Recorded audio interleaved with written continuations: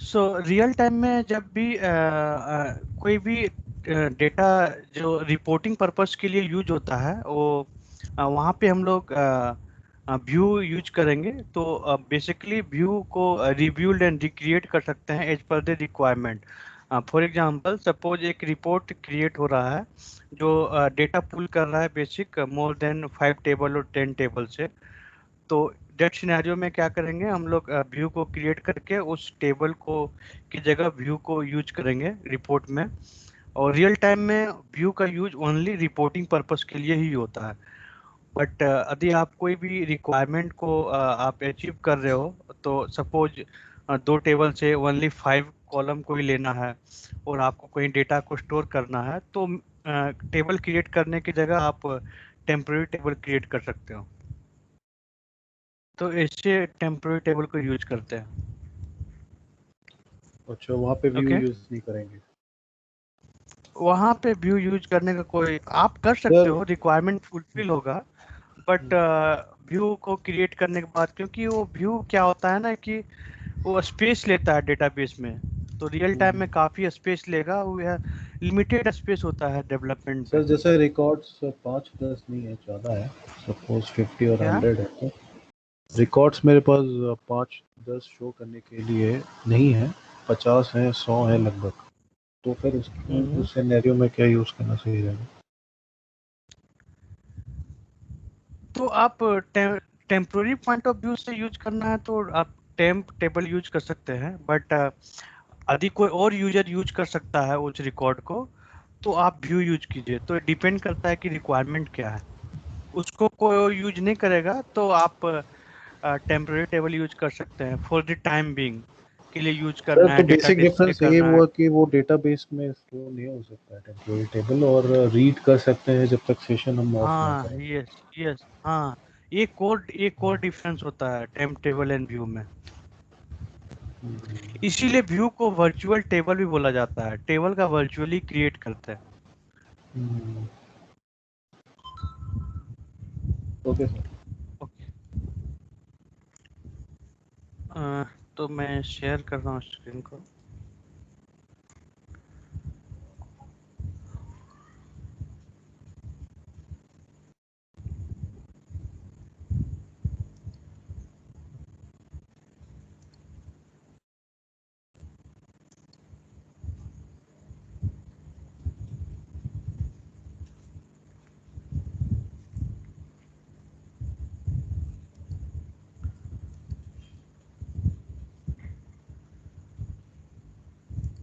One minute, I'm sharing the screen.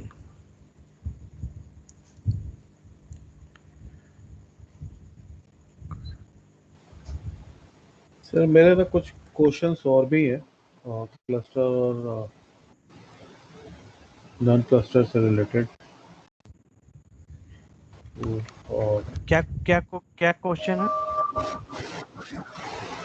कुछ questions है sir, I mean कैसे तो आप एक एलोकेशन। क्वेश्चन को करके आप मेल कर सकते हो, तो कल मैं स्टार्टिंग में ही वो डिस्कस करेंगे। श्योर सर, मैं आपको मेल कर दूंगा। जैसे ऐसे ही सारे क्वेश्चन है कि SQL सर्वर इंजन में मतलब इंडेक्स एलोकेशन कैसे तो होता है, आप मतलब जितने मैप। जितने भी क्वेश्चन है आप ठीक है। मेल की करो। हम क्वेश्चन को ओके कल का स्टार्टिंग का सेशन में डिस्कस करेंगे। Okay okay sir. क्योंकि सर इसमें थोड़ा सा रूट लेवल, लीफ लेवल जो होता है ना, बाइनरी ट्री स्ट्रक्चर जो आपका SQL सर्वर इंडेक्सिंग में होता है, वो थोड़ा सा, वो आपने सर उसमें ये नहीं बताया है। ठीक है, आप क्वेश्चन को मेल करो, मैं कल डिस्कस करूंगा फिर। ओके ठीक है sir. So Gitanjali, you have any question? Sir भी लास्ट वीक जो हम लोगों ने क्लास की करी थी उसके बाद मुझे मौका नहीं मिल पाया कि मैं कर पाती, सॉरी फॉर दैट। लेकिन ओके, मैं आज थोड़ा बहुत करके, मैं अगर मान लीजिए रहेंगे, मैं फिर आपसे कल पहले श्योर। ईमेल करके पूछती। Okay okay, sure sure. तो आज हम लोग सीखेंगे case statement and if condition and the while loop।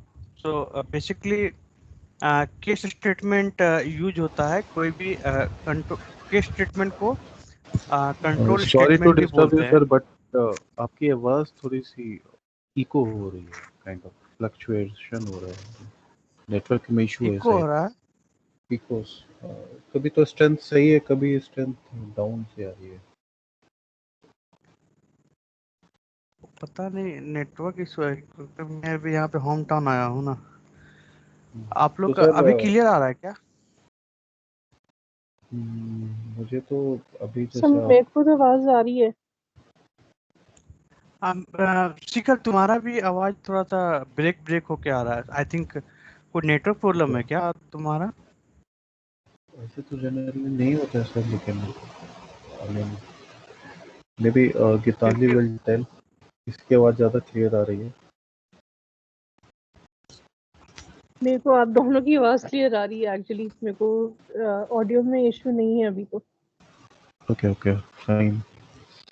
Okay sir, you can continue, not an issue. Let me okay, मैं अभी कनेक्शन को स्विच किया हूँ, अभी कुछ बेटर हुआ? Yes sir, it's better now. Now is fine. नहीं sir, फिर कुछ आपने किया लग रहा है। क्या एनीवेज, हुआ?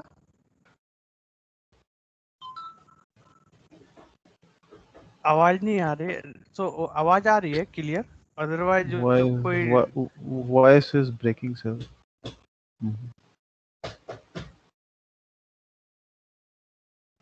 नहीं, वीकेंड में थोड़ा सा इधर बैंडविड्थ का भी प्रॉब्लम होता है, मैं ऑब्जर्व किया। मॉर्निंग में क्लास सही होती है। मैं मॉर्निंग को 10 o'clock को एक क्लास दिया था ना, 2 o'clock को भी दिया, कुछ प्रॉब्लम नहीं आया था मुझे। इवनिंग में अभी होती है सर। ऑडिबल हाँ अभी ठीक है ऑडिबल सर। है या कैन वी कंटिन्यू? मैं ज़्यादा टॉपिक नहीं करूँगा, कल ज़्यादा टॉपिक। अभी हम लोग इफ केस और वाइल लूप करते हैं, कल मॉर्निंग में थोड़ा 1 आवर 1.5 श्योर 5 सर, आवर कर सकते हैं। और श्योर सर। इस वीकेंड में हम लोग कंप्लीट कर लेंगे क्या, क्योंकि काफ़ी डे से पेंडिंग है। हम लोग स्टार्ट किए थे मार्च में ही, अप्रैल ख़त्म होने वाला है। हाँ तो सर, बट ये वीकेंड होती है ना हमारी क्लासेस, उसमें भी एक दो वीक हो नहीं पाई सर, इस वजह से। हाँ, तो अप्रैल। मंडे टू फ्राइडे एक दिन या 2 दिन गैप सर लेकर। मुझे तो लग रहा है अभी कोर्स होगा काफी। हाँ, अभी स्टोर प्रोसीजर, फंक्शन, अभी तो ट्रिगर, बाकी है सारे चीजें। एक्सेप्शनल हैंडलिंग और ट्रांजैक्शन है। Cursor transaction. सब तो बाकी है। हाँ, मेन चीज़ भी हम्म, बाकी है। तो सर आप ले लो वीकडेज में classes, not an issue. I mean convenient time आप बता दो, मॉर्निंग भी, मॉर्निंग ले लो तो well and good. Morning 8 o'clock रहेगा, क्योंकि 10 o'clock से मेरा सर एक और मेरा बैच। सर मेरा वीकडेज बहुत मुश्किल है सर। मेरे वैसे भी अभी आजकल एक्स्ट्रा आवर्स मेरे को डालने पड़ रहे हैं, तो weekdays is very very difficult. Morning में 8 o'clock 7 o'clock गीतांजलि, ज़्यादा नहीं होगा, 45 मिनट होगा। वो भी डेली सर नहीं होगा, आप दो आप दो या तीन सैटरडे को, दिन होगा। जी, आप सैटरडे को लंबा ले लीजिए ना क्लास। हाँ, तो 2 घंटे का ले लें क्या सैटरडे संडे को?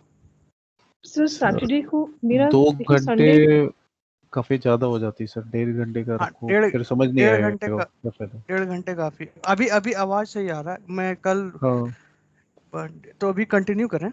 तो सर आप एक बार पूछ लो गीतांजलि से, अगर लेट आई मीन मॉर्निंग नहीं है तो इवनिंग में, आई मीन 8 9 10 PM राइट। नहीं नहीं, इवनिंग में मेरा ऑफिस रहता है ना, मंडे टू फ्राइडे। वो मैं कब 11 12 बज जाते हैं, मेरा खुद टाइम का पता नहीं होता है। ओके ओके ओके, तब तो मुश्किल है सर, मंडे टू मॉर्निंग है फ्राइडे फिर तो। मंडे टू फ्राइडे मेरा ऑफिस 2 o'clock से स्टार्ट होता है, तो मुझे पता नहीं होता कब लेट 2 बजे तक भी कभी कभी काम हो जाता है। तो फिर अल्टरनेटिव टाइम तो कुछ है नहीं, मतलब वीकडेज में। मुझे तो इशू नहीं है, लेकिन गीतांजलि का है शायद। अभी आवाज क्लियर आ रहा है?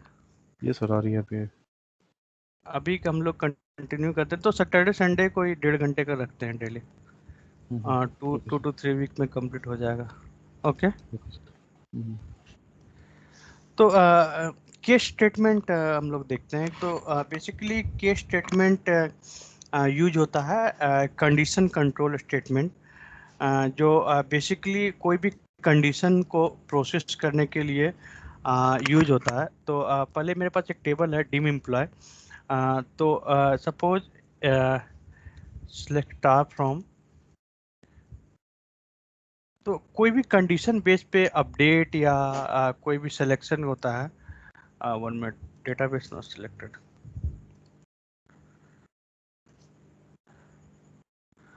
तो यहाँ पे एक कॉलम है जेंडर। तो बेसिकली जेंडर को इस सिनेरियो क्रिएट करने के लिए क्या कर रहे हैं, हम जेंडर के कॉलम को कुछ डेटा को अपडेट कर रहे हैं यू, जिसका डेटा हम लोग अननोन था, जिसका हमें पता नहीं है। तो based on this situation, suppose कोई भी डेटा को अपडेट करना है या डेटा को रिट्रीव करना है, लाइक फॉर एग्जांपल जहाँ पे एम रहेगा वहाँ पे आपको कंप्लीटली एम मेल दिखाना है जेंडर में, जो भी जेंडर कॉलम है। तो हाउ यू कैन प्रोसेस, जैसे कि यू है तो अननाउन दिखाना है, एम है तो मेल दिखाना है, एफ है तो फीमेल दिखाना है, the output based on the condition. तो केस स्टेटमेंट जो होता है वो बेसिकली यूज होता है केस, आफ्टर केस के बाद व्हेन यूज करते हैं।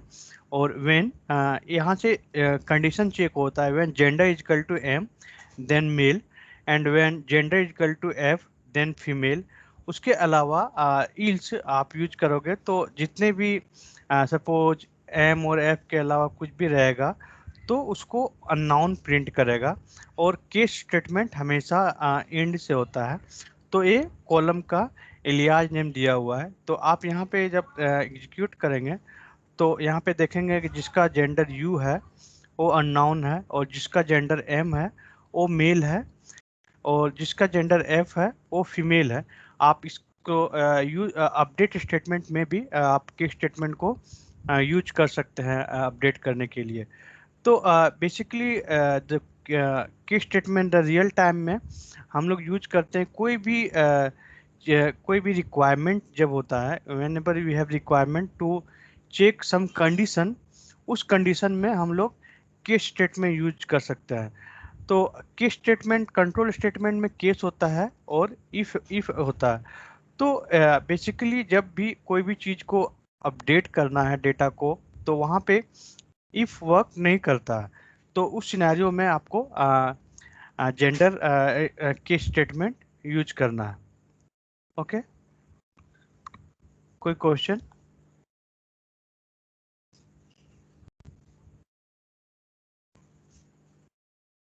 एनी क्वेश्चन शिखर? सर ये कस्टमाइज आई मीन प्रिंट करने के लिए जरूरत पड़ता है क्या, कस्टमाइज इंफॉर्मेशन? हाँ, कस्टमाइजिंग प्रिंट करने के लिए और कस्टमाइज अपडेट करने के लिए भी हम लोग यूज कर सकते हैं कोई भी चीज को, जो बेसिकली कंडीशन बेस अपडेट होता है, कंडीशन बेस, इसीलिए इसको कंडीशनल कंट्रोल स्टेटमेंट बोलते हैं। तो कोई भी सर इसमें डेटा एक को, आपने क्लॉज लगाया है एंड, हाँ ये एंड एज। मैंडेटरी है, एज मैंडेटरी है। जब भी केस ओपन होगा वो एंड होगा। ठीक है। ओके, तो आप मल्टीपल यहाँ पे यूज कर सकते हैं, जहाँ से एंड होगा वो आपको एंड स्टेटमेंट लगाना ही है, अदरवाइज वो एरर कितने शो करेगा। केसेस सेलेक्ट कर सकते हैं हम, आई मीन?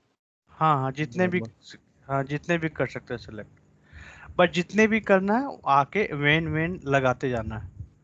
तो सर टेबल्स तो हमारे पास रियल टाइम में काफ़ी बड़ी होती है, तो इसमें हाँ अगर इसलिए कंट्रोल स्टेटमेंट जब भी यूज होता है वो परफॉर्मेंस डाउन हो जाता है।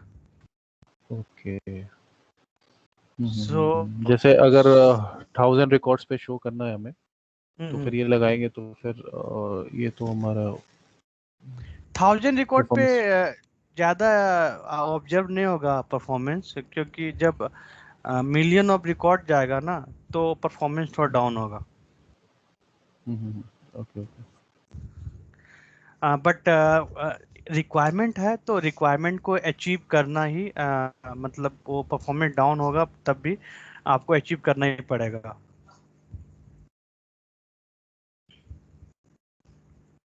ओके सर तो इसमें से एक चीज नहीं समझ में आई। हाँ जैसे यस गीतांजलि। सर एक जैसे इसमें ये है ना सिलेक्ट केस व्हेन जेंडर, तो मुझे अपडेट करने वाला ये चीज समझ में आ गई एंड तक, बट ये एज न्यू जेंडर और ये क्या चीज है सर इसमें? ये अपडेट का नहीं है, ये जस्ट एज न्यू जेंडर में कॉलम का इलियाज नेम दिया हूँ। आप यहाँ पे नहीं दोगे ना तो सपोज मैं इसको हटा देता हूँ तो क्या होगा कि जब भी ये सेलेक्ट करेंगे यहाँ पे नो कॉलम नेम दिखाएगा। ओके तो ये हम आउटपुट डिस्प्ले करने के लिए हम यहाँ पे कॉलम का इलियाज नेम दिए हुए हैं। ओके ओके सर ठीक है। एंड वो जेंडर? ये जेंडर जो है वो बेसिकली इस टेबल का कॉलम है। ये कॉलम हम लोग कस्टमाइज किए हुए हैं। ओके सो ये जेंडर जो कॉलम है ये टेबल का कॉलम है। आप यहाँ पे मैं आउटपुट ये अच्छा दोनों बगल में है इसलिए मैं कर दिया, इसको आप रिमूव कर दोगे तो यहाँ से जो टेबल का स्टार्ट होगा वो एम्प्लॉय की से होगा और आपको यहाँ पे आएंगे तो यहाँ पे जेंडर कॉलम जो रहेगा वो यहाँ पे रहेगा ही, जो यहाँ पे देख अपनी जेंडर, मतलब खुद की नॉर्मल जगह पे रहेगा। ये जेंडर कॉलम यहाँ पे है। ठीक है सर। ओके नेक्स्ट होता है सेम कंडीशन चेक करने के लिए। तो जब भी हम लोग दो वैल्यू को कंपेयर करते हैं, यहाँ पे बेसिकली केस में हम लोग कोई भी कस्टमाइज डेटा को प्रिंट करने के लिए कर रहे हैं, बट कोई भी दो वैल्यू को कंपेयर करते हैं तो वहाँ पे इफ कंडीशन यूज होता है। तो एसक्यूएल में बेसिकली फॉर लूप या लूपिंग के लिए फॉर लूप यूज नहीं होता है, तो इसके लिए वाइल होता है और कर्सर होता है। और उसी में जैसे अदर प्रोग्रामिंग लैंग्वेज में आप कोई भी कंडीशन को जैसे इफ जैसा चेक होता है वैसे ही एसक्यूएल में भी चेक होता है। जैसे कि आपको दो वैल्यू को चेक करना है कि दोनों वैल्यू इक्वल रहेगा तो ये प्रिंट करना है, दो वैल्यू को ये वैल्यू को मैच करेगा तो आगे प्रोसीड करना है। तो इस सिनेरियो में हम लोग इफ कंडीशन यूज करते हैं। तो इफ कंडीशन के लिए हम लोग बिगिन और एंड करते हैं। तो बेसिकली मैं एक यहाँ पे एग्जांपल लिया हुआ हूँ कि यदि मैं सैलरी इक्वल रहेगा, कोई भी एम्प्लॉयड जो भी यहाँ पे आप पास करेंगे तो वो प्रिंट करेगा both yearly income is equal और both yearly income is equal to is not equal. तो उसको लिए हम लोग क्या किए, एक डिक्लेयर किए वेरिएबल को, सैलरी ए सैलरी बी, और दोनों को हम लोग नल वैल्यू पुट कर दिए। आप इसको इसको नहीं भी लिख सकते हो, मैंडेटरी नहीं है, बट मैं as a standard SQL process जब भी हम लोग वेरिएबल को डिक्लेयर करते हैं तो उसमें हम लोग नल वैल्यू पुट करते हैं। समटाइम्स क्या होता है कि कोई वैल्यू कहीं पे भी असाइन हुआ है, क्योंकि कम्प्लेक्स कोड लिखोगे तो आपको खुद पता नहीं होगा कि वेरिएबल कहाँ कहाँ पे यूज हो रहा है। तो मैं इसको सेफ पॉइंट ऑफ व्यू से क्या करते हैं, नल वैल्यू पुट कर देते हैं। उसके बाद जितने भी ईयरली इनकम इस एम्प्लॉय का है उसका ए में डालते हैं सर वेरिएबल ये में। नल और आपने इनिशियलाइज किया है क्योंकि गार्बेज वैल्यू नहीं ले ले इस वजह से? हाँ यस,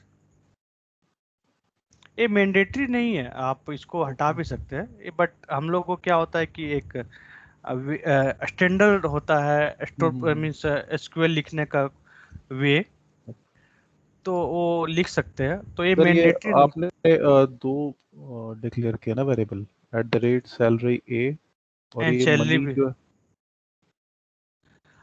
मैं डेटा टाइप लिया हूँ। आप डेटा यहाँ पे टेबल पे जाओगे तो टाइप। ईयरली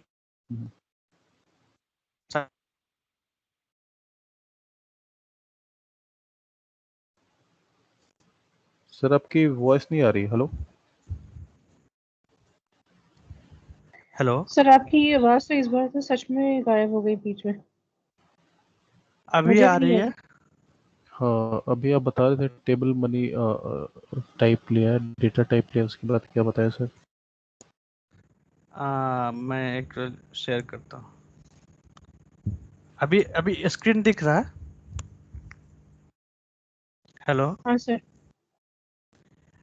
तो यहाँ पे ईयरली इनकम का आप यहाँ पे देखोगे तो ये डेटा टाइप मनी है टेबल में, तो वही डेटा टाइप यहाँ पे मनी लिया हुआ data type. Okay Shikhar, you there? Yes sir, carry on. Okay, तो उसका वैल्यू 11,006 और 11,005 का वैल्यू यहाँ पे हम लोग पुट कर रहे हैं, वेरिएबल ए या वेरिएबल बी। तो इफ कंडीशन से चेक कर रहे हैं कि इफ दोनों का सैलरी इनकम होगा इक्वल होगा, तो यहाँ पे प्रोसीड करेगा begin and both yearly income is equal.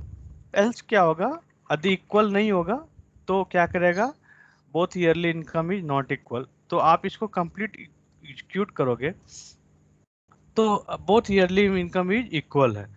तो आप यहाँ पे 11,006 और 5 का आप यहाँ पे देखोगे तो दोनों का ईयरली इनकम क्या है, इक्वल है।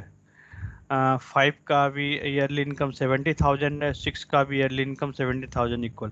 सपोज ईयरली इनकम हम 11,007 का यहाँ पे पुट करते हैं जो दोनों का इक्वल नहीं है। तो इस केस में क्या होगा कि वो सेकेंड वाला प्रिंट करना चाहिए। तो फिर मैं एग्जीक्यूट करता हूँ एक कोड को। तो यहाँ पे दिख रहा है कि both yearly income is not equal. तो बेसिकली यहाँ पे इफ कंडीशन में क्या हो रहा है कि वो सैलरी को कंपेयर कर रहा है कि ये दोनों सैलरी इक्वल है तो ए पार्ट को एग्जीक्यूट कर रहा है, इक्वल नहीं है तो ए पार्ट को एग्जीक्यूट कर रहा है। तो रियल टाइम में क्या होता है कि समटाइम्स कंडीशन होता है कि जिस प्रोजेक्ट का इतना ये रिक्वायरमेंट है, डेटा पॉइंट है, उस प्रोजेक्ट को ही अपडेट करना है या कोई भी सिनेरियो कंडीशन बेस्ड रहता है। तो वहाँ पे क्या करते हैं हम लोग, कंडीशन को चेक करते हैं।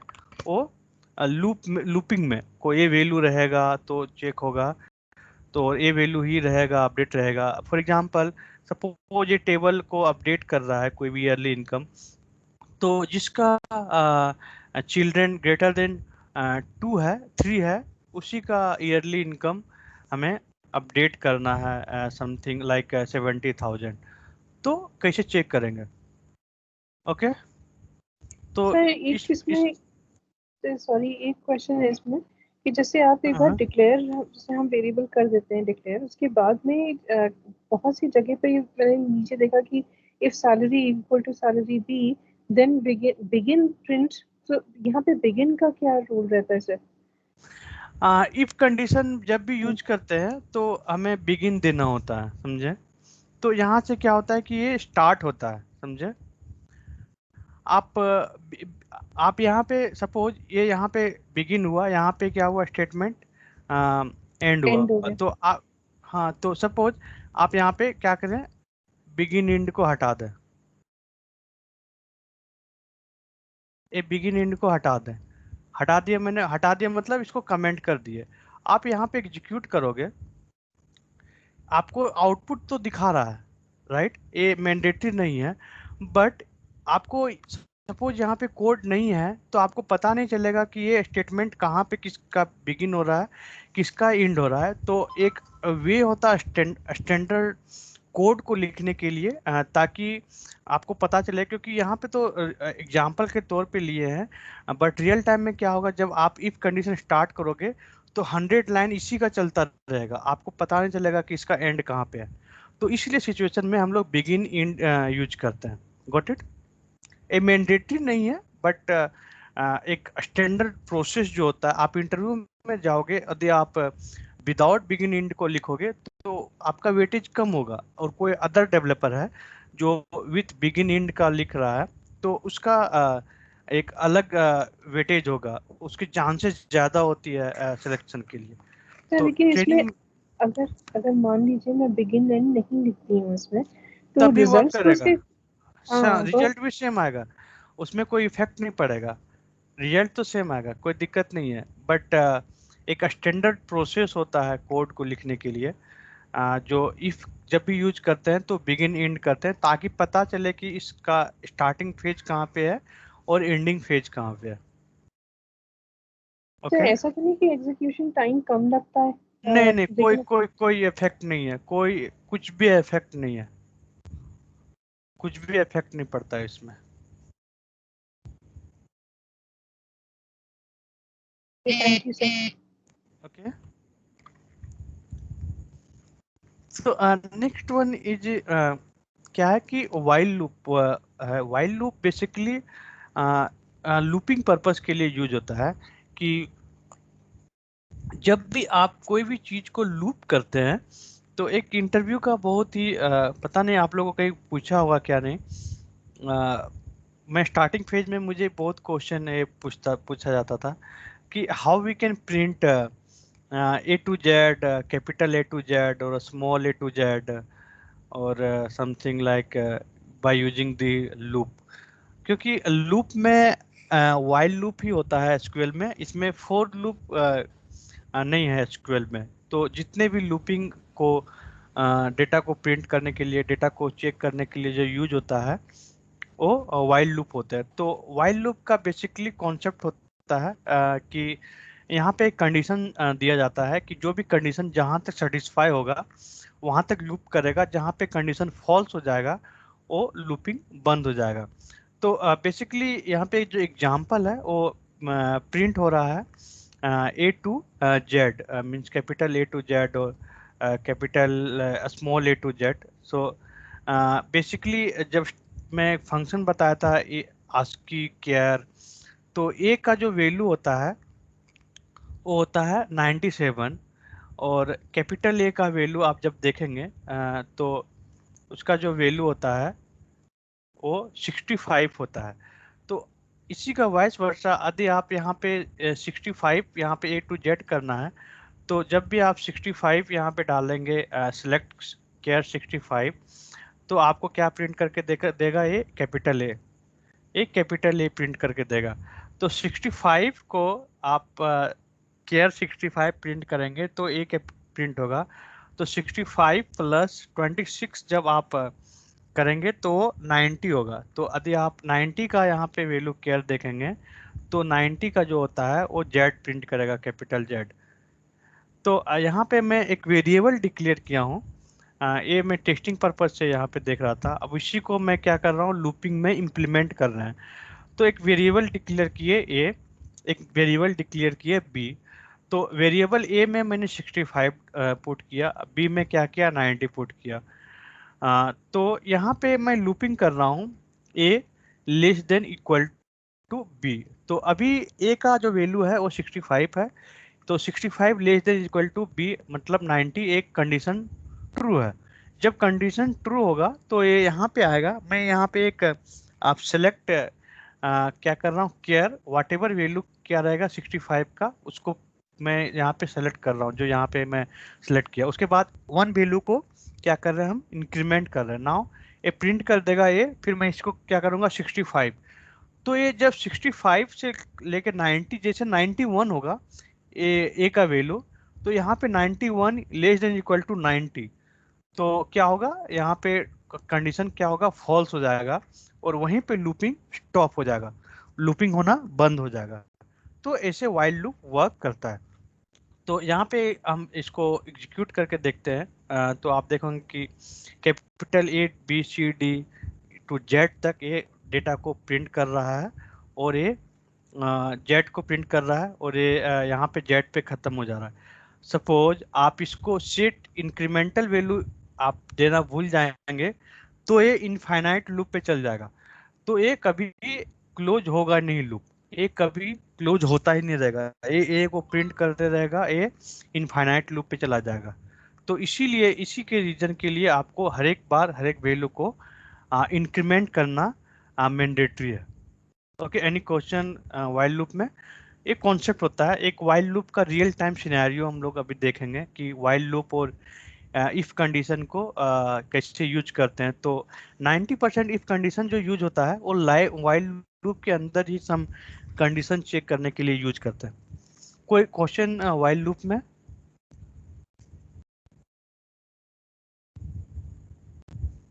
शिखर, गीतांजलि.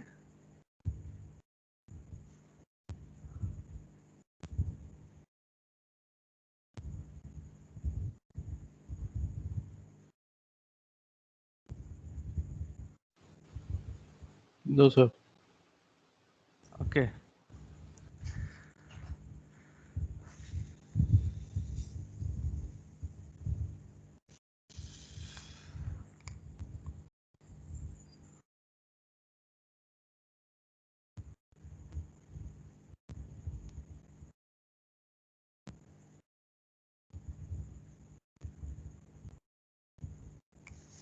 तो सपोज एक यहाँ पे एक एग्जांपल लिया हुआ है कि जेंडर जिसका रहेगा एम, जिसका जेंडर एम रहेगा उसी को क्या कर रहे हैं कि हम लोग एक फंक्शन यूज किए थे लेफ्ट, तो उसका ईमेल एड्रेस उसका सफिक्स को मैं अपडेट कर रहा हूँ। फॉर एग्जांपल एक टेस्ट डिम कस्टमर है, मैं एक टेबल क्रिएट करता हूँ। ये टेबल आई थिंक उसमें नहीं होगा,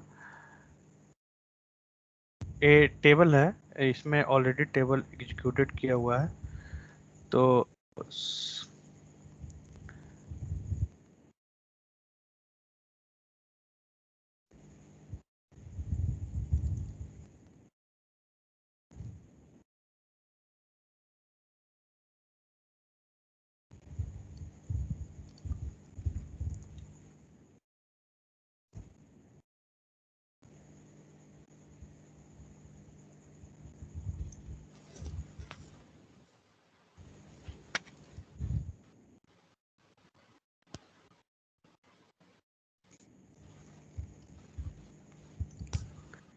मैं एक डेटा कॉपी किया टेस्ट डिम कस्टमर में, तो आप यहाँ पे देखोगे तो ये डिम कस्टमर का जो सफिक्स है वो क्या है कि ये एम्प्टी है, कोई वैल्यू इसमें इंसर्टेड नहीं है। सफिक्स इस कॉलम पे देखो कोई भी डेटा इंसर्टेड नहीं है। तो मेन रिक्वायरमेंट क्या है कि जिसका जेंडर एम रहेगा उसका ईमेल एड्रेस का स्टार्टिंग का थर्ड करेक्टर वाट एवर 3 करेक्टर है उसको सफिक्स में अपडेट करना है, 3 लेटर और 4 लेटर। तो ये रिक्वायरमेंट है बाय यूजिंग द लूप और the condition. Got it requirement? Female को टच नहीं करना है। ओके सर, जैसे रूबेन है तो RUB इतना ही चाहिए हाँ सफिक्स। हाँ, RUB यहाँ पे अपडेट होगा। ओके। तो इसके लिए क्या कर रहे हैं कि मैं एक क्रिएट कर रहा, एक वेरिएबल डिक्लेयर कर रहे हैं जो maximum value and minimum value एक ले रहे हैं। क्यों maximum value minimum value basically लेते हैं लूपिंग के लिए कि कहाँ से लूप स्टार्ट होगा और कहाँ पे लूप बंद होगा। तो मिनिमम मिनिमम वैल्यू है 11,000 और जो मैक्सिमम वैल्यू है वो 29,4883। तो जब भी 11,000 से लेके 29,4883, तो सपोज इस सिनेरियो में क्या है कि आपको एक डेटा कहीं पे भी आपको मैच नहीं कर रहा है। लाइक फॉर एग्जांपल ये डेटा इस टेबल में कोई डेटा सीरियल बाय कॉलम नहीं मिल रहा है, तो आप टेम्पोररी टेबल यूज करके आप उसको लूप कर सकते हैं। उसके सारे डेटा को आप एक आइडेंटिटी कॉलम बनाइए टेबल टेम्पोररी टेबल में और पूरे डेटा को इंसर्ट कीजिए टेम्पोररी सर टेम्पोररी। एक बार रिपीट करेंगे, आपकी आवाज़ कटने लगी फिर से। अभी आ रही है क्लियर? हाँ सर, अभी आ रही है, बताना। तो जैसे यहाँ पे हमें एक कस्टमर की एक प्राइमरी की कॉलम मिल गया है। समटाइम्स क्या होता है कोई कॉलम अपडेट नहीं मिलता है कि कौन सी कॉलम पे हमें लूप चलाना है। तो उस कॉलम के बेस पे आपको लूप चलाने के लिए आप उसको कोई टेम्पररी टेबल में डेटा इंसर्ट कर सकते हैं और वहाँ पे एक अलग से कॉलम बना के आइडेंटिटी कॉलम स्टार्टिंग फ्रॉम 1 और ऑटोमेटिकली वैल्यू इंक्रीमेंट होगा और वहाँ से आप लूप कर सकते हैं maximum value minimum value. Okay. But हमें यहाँ पे कस्टमर की मिला हुआ है, तो यहाँ पे कस्टमर की लेके हम लोग इसको लूप करेंगे। तो लूपिंग के लिए पहले आपको मैक्सिमम वैल्यू और मिनिमम वैल्यू 2 वेरिएबल डिक्लेयर करना पड़ेगा। हम लोग ईमेल एड्रेस से डेटा को रिट्रीव करेंगे और एक कंडीशन जिसपे मेल कंडीशन पे है, तो ये 4 वेरिएबल हम लोग डिक्लेयर किए। तो मैक्सिमम में हम लोग मैक्सिमम वैल्यू डाल दिए, वाट एवर मैक्सिमम वैल्यू रहेगा कस्टमर की का, और मिनिमम में हम लोग मिनिमम वैल्यू क्या क्या कस्टमर की का डाल दिए। तो उसके बाद minimum is less than equal to maximum हम लोग यहाँ पे लूपिंग स्टार्ट कर रहे हैं। जब भी लूप स्टार्ट होगा उसके बाद हम लोग एक ईमेल एड्रेस में कुछ पार्टिकुलर। सर ये ईमेल एड्रेस को ले रहे हैं आप, ऊपर डिक्लेयर कर रहे हैं ईमेल एड्रेस और ईमेल एड्रेस का ही हम लोग का 3 डिजिट लेना है, अच्छा राइट? अच्छा, ईमेल एड्रेस ओके एक राइट, कॉलम से लेना, इस अच्छा कॉलम से जेंडर, 3 डिजिट लेना, यहाँ पे अपडेट करना है। आप फर्स्ट नेम से भी ले सकते हैं, अब मिडिल नेम भी ले सकते हैं। तो मैं ईमेल एड्रेस से ले लिया, आप फर्स्ट नेम से ट्राई करना या लास्ट नेम से ट्राई करना, ओके? और ओके। मैं यहाँ पे जेंडर और ले रहा हूँ। जेंडर तो चाहिए। हाँ, from team customer where customer की इजकल टू मिनिमम वैल्यू। तो क्या कर रहे हैं हम लोग, मिनिमम वैल्यू ले रहे हैं, राइट? फॉर टेबल पे मिनिमम वैल्यू 11,000 है, तो ये डेटा यहाँ पे इंसर्ट होगा और उसका इस डेटा 11,000 का ईमेल एड्रेस और जेंडर मेल इस वेरिएबल में जाके स्टोर होगा पहला लूपिंग में। तो हम लोग अब यहाँ पे इफ कंडीशन लगाएं, if gender is equal to male रहेगा तभी वो यहाँ पे test update test dim customer set suffix equal to, हम लोग को क्या करना, 3 डिजिट ही करना, राइट? तो हम लोग याद होगा, हम लोग सीखे थे लेफ्ट फंक्शन, जो बेसिकली लेफ्ट यूज होता है लेफ्ट राइट। स्टार्टिंग का 3 डिजिट को अपडेट करने के लिए, और फिर यहाँ पे कस्टमर की को अपडेट करेगा मिनिमम, ओके? फिर हम लोग हर एक वैल्यू को इंक्रीमेंट कर रहे हैं 1 बाय 1। सर ये तो जब आप, कस्टमर की को मिनिमम सेट कर रहा है। क्योंकि पार्टिकुलर ओके। एक ही उसी डेट टेबल को पार्टिकुलर वही डेटा को इंसर्ट अपडेट करना, राइट? ये लूपिंग, ये जितने भी रो है ना यहाँ पे देख रहे हो, उतना बार लूप करेगा, 18,484 बार लूप करेगा।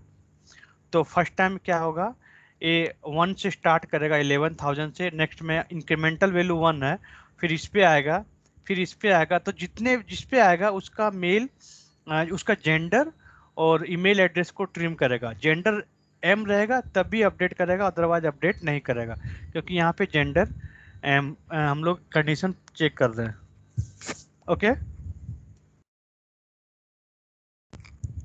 ओके।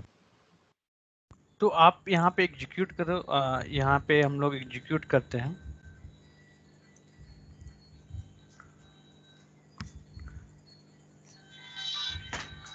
तो ये एक्चुअली ये 18,000 रिकॉर्ड है, तो हर एक रो को 1 बाय 1 एग्जीक्यूट करेगा, तो सम टाइम्स लेता है। इसीलिए जब भी हम लोग लूपिंग यूज करते हैं, वाइल लूप और कर्सर, परफॉर्मेंस डाउन हो जाता है, क्योंकि वो हर एक रो को 1 बाय 1 चेक करता है,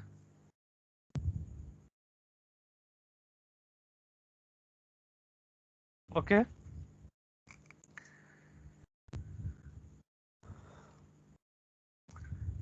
आई थिंक ये टाइम लेगा 2 to 3 मिनट। आप यहाँ पे मैसेज में भी जाकर देख सकते हो कि जितने रो ये यहाँ पे इफेक्ट हो रहा है, हर एक रो 18,000 रो इफेक्ट होगा, जितना भी लूप करेगा ये।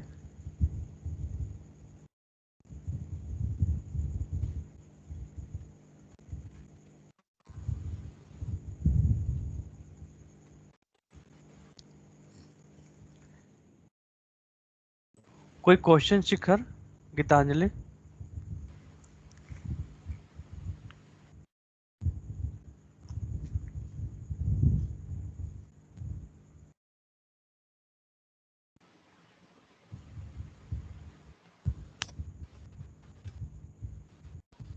दो sir. Okay, we can wait, complete होने तक हम लोग वेट करना पड़ेगा।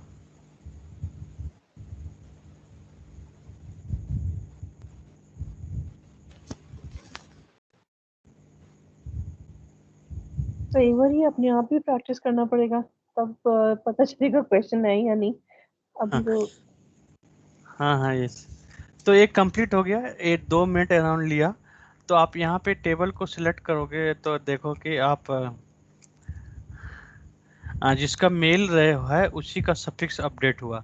आप देखो फीमेल जिसका है उसका सफिक्स अपडेट नहीं हुआ, ओके?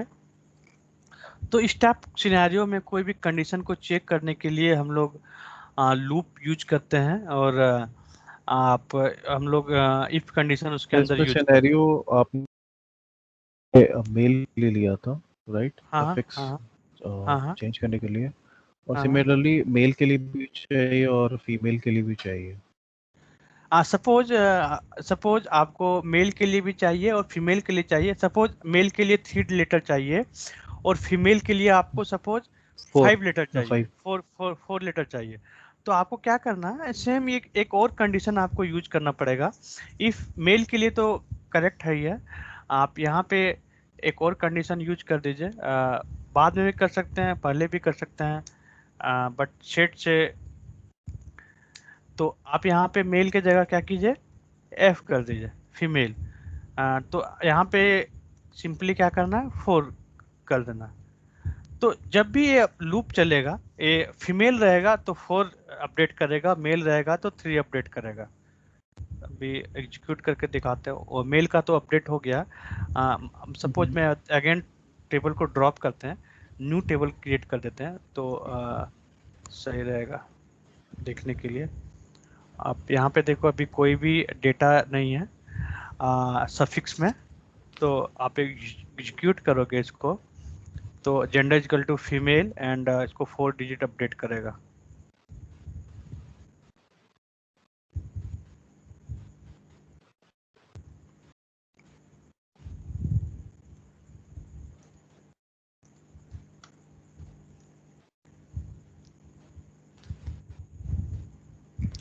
कर्सर का भी सेम यूज होता है, अल्टरनेट होता है। आप कर्सर भी यूज कर सकते हैं। अभी हम लोग देखेंगे कर्सर के थ्रू लूपिंग कैसे कर रहे हैं, या वाइल लूप के थ्रू लूपिंग कैसे करना है।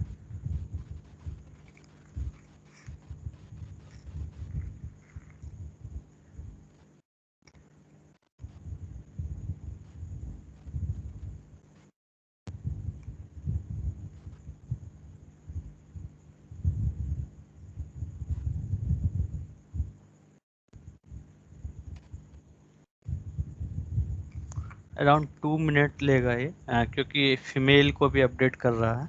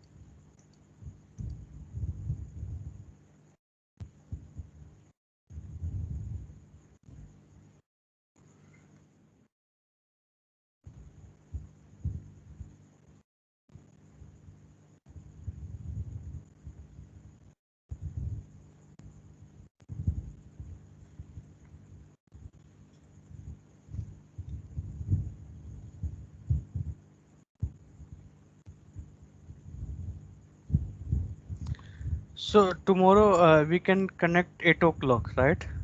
Fine. Yes, sir. So now it's completed. So आप जब एक टेबल को एग्जीक्यूट करो,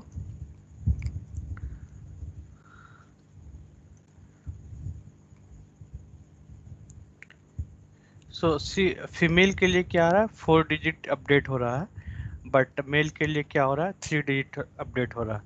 तो हम लोग कंडीशन में, लूपिंग में आप मल्टीपल कंडीशन भी यूज कर सकते हैं। आप तो एक क्वेश्चन मेरे तरफ से है, if you want to note down, update the yearly income double if children is greater than 3।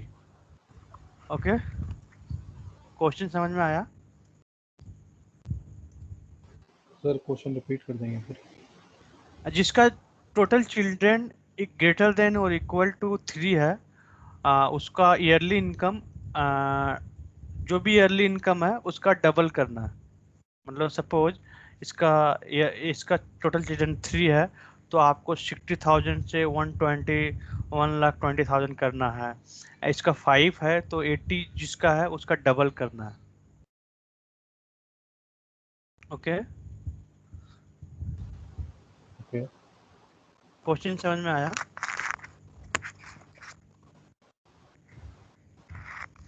तो तो जिसका इसके सर टोटल नहीं आया। नंबर ऑफ, ये total number of children column है, आप देख रहे होंगे यहाँ पे। तो जिसका total number of children either equal to 3 और ग्रेटर देन 3 है, जिस उसका ईयरली इनकम अपडेट करना है as a multiply by 2। Okay, okay sir. तो ये क्वेश्चन है, आप ट्राई करो। नहीं होता है तो मैं कल स्टार्टिंग में ही इसको करूँगा। So can we start the cursor related to while loop only?